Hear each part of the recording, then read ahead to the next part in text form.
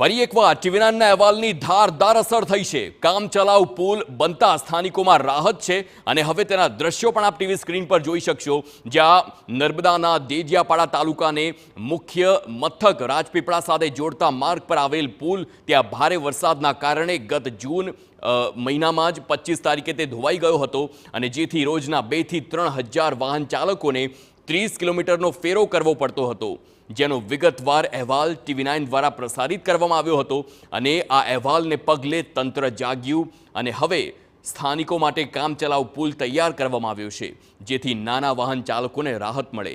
સાથે જ આ માર્ગ પર કાયમી પુલ બનાવવાની કામગીરી પણ ઝડપથી શરૂ કરવામાં આવશે।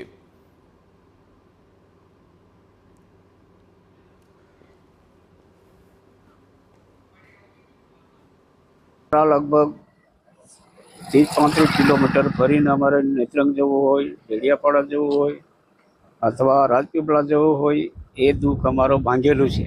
वरसादना कारणे ज्यारे आ ब्रिज तूट्यो त्यारबाद अनेक लोकोनी रजूआत आई, विद्यार्थीओनी रजूआत आई, जे कर्मचारीओ छे जे अपडाउन करे छे एमनी रजूआत आई।